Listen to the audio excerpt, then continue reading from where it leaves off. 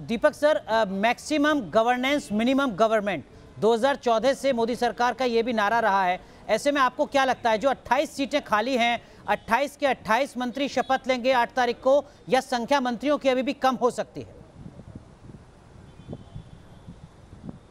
मेरे ख्याल से थोड़ी कम, क्योंकि प्रधानमंत्री जी का नेचर रहा है कि एक्सपेंशन की एक लिमिट वो हमेशा से छोड़ के रहते हैं। चाहे आप गुजरात की बात कर लीजिए, चाहे आप दिल्ली की बात कर लीजिए। लेकिन एक नाम वरुण गांधी का लिया, जिस पर मैं आपका ध्यान दिलाना चाहूंगा अनुराग। वरुण गांधी से जो संगठन और सरकार, उसके रिश्ते हमेशा से नरम गरम रहे हैं। हालांकि वरुण गांधी को इस बिना पर लाया जा सकता है क्योंकि राहुल गांधी और प्रियंका गांधी, खासतौर पर प्रियंका गांधी का उत्तर प्रदेश विधानसभा चुनाव में सामना करना है। और विधानसभा चुनाव में प्रियंका गांधी और कांग्रेस एक बहुत बड़ी चुनौती होगी, भले से जमीन पर नहीं हो लेकिन परसेप्शन के लेवल पर। तो यहाँ पर वरुण गांधी की लॉटरी खुल सकती है, भले से उनके संबंध भारतीय जनता पार्टी संगठन से खास तौर पर 2017 चुनाव में नरम गरम रहे। बिल्कुल, हमारे साथ विकास श्रीवास्तव मुंबई से हैं, तपस कोलकाता से हैं। विकास, महाराष्ट्र से सिर्फ नारायण राणे या कुछ और नाम जिनको लेकर चर्चा? अनुराग, चर्चा तो 4 नामों की है, लेकिन सबसे प्रखरता से जिसका नाम सामने आ रहा है वो खुद नारायण राणे हैं, जो कि दिल्ली के लिए चल भी चुके हैं। मुमकिन है कि आने वाले कुछ घंटों में वो दिल्ली पहुंच जाएंगे। लेकिन उनके नाम पर चर्चा होने की या जेपी नड्डा के घर से उनको कॉल आने की सबसे बड़ी वजह ये बताई जा रही है कि वो शिवसेना के आर्क राइवल रहे हैं।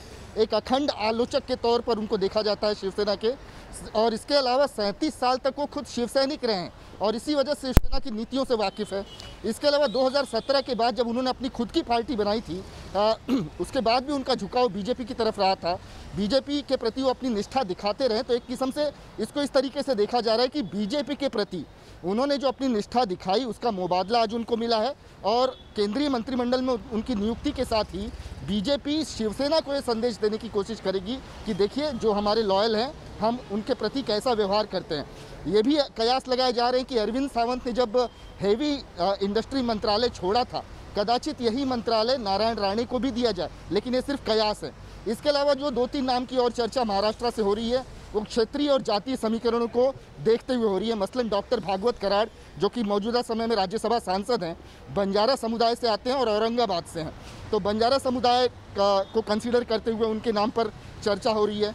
डॉक्टर हीना गावित हैं, नंदुरबार से हैं, और बीजेपी के कद्दावर नेता विजय गावित की बेटी हैं। इस समय सबसे कम उम्र की सांसद हैं लोकसभा में। एकनाथ खड़से के जाने के बाद उत्तर महाराष्ट्र में जो रिप्रेजेंटेशन था वो कहीं ना कहीं कम पड़ गया था, लिहाजा उनके नाम की भी चर्चा हो रही है। ठीक है दीपक सर, बहुत संक्षेप में एक बार तपस से भी पूछ लेते हैं। तपस, पश्चिम बंगाल से कोई नाम? जी देखिए, 3 नाम चर्चे पर है। सबसे ज़्यादा संभावना है निशित प्रामाणिक, जो उत्तर बंगाल से आते हैं, और बीजेपी के लिए उत्तर बंगाल काफ़ी मजबूत एक गढ़ है। और वहाँ आपको आप देखेंगे तो पिछले कुछ दिनों में उत्तर बंगाल को अलग राज्य देने की दर्जा अलग अलग नेताएं कर रहे हैं। जॉन बारला कर रहे थे, तो उसको सामने रखते हुए कि पश्चिम बंगाल सरकार कभी भी ज़्यादा अहमियत नहीं दी है उत्तर बंगाल को, तो केंद्र सरकार उत्तर बंगाल को काफ़ी अहमियत दे रही है। ये जताने के लिए निशित प्रामाणिक एक नाम सामने आ रहा है। इसके अलावा लोकेट चटर्जी, जो खुद एक महिला फेस है, उनको भी रखा जा रहा है। शांतनु ठाकुर, जो मथुआ समुदाय से आते हैं, क्योंकि मथुआ समुदाय में भी काफी मतभेद देखने को मिल रहा है। तो सीए और एनआरसी अभी भी लागू पश्चिम बंगाल में नहीं हुआ है, तो कहीं ना कहीं उन्हें संतुष्ट करने के लिए भी उनके तरफ से रिप्रेजेंटेशन शांतनु ठाकुर कर सकते हैं सेंट्रल कैबिनेट में।